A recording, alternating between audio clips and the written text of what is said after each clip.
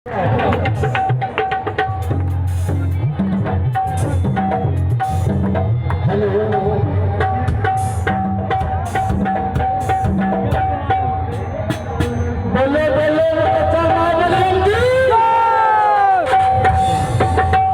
गुलशन साहब का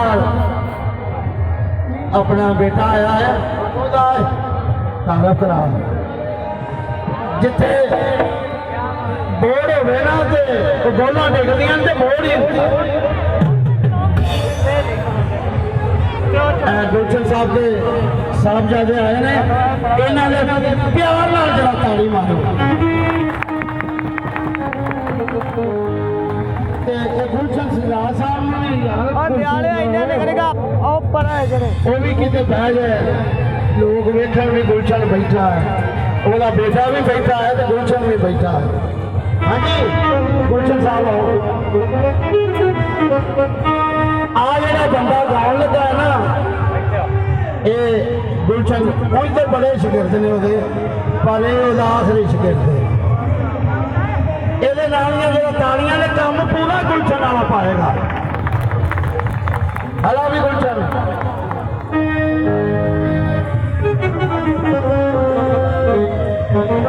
थोड़े पिछले मैं कह रहा हूँ कि जो स्टेज पे काम करने वाले होंगे मेरे शिवाजी फिर मेरे शेर चल जरा इधर आ जा अच्छा चले आ जा फिर उसमें जाता फिर समझ नहीं आती काम की फिर बानी पे तो सारे किसी अपना जैसा जैसा अनुपमा के बार बार में फिर सामने शेर मांगे बार बार कुछ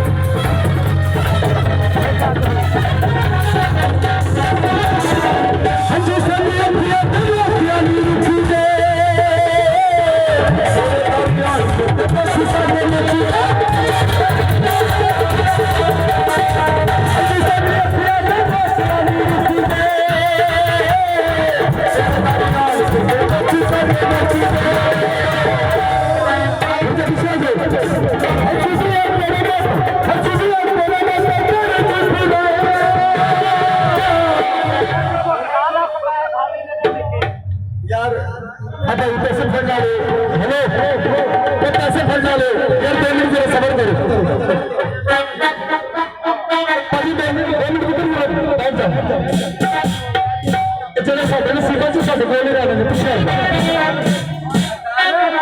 नाताची अशी बोलले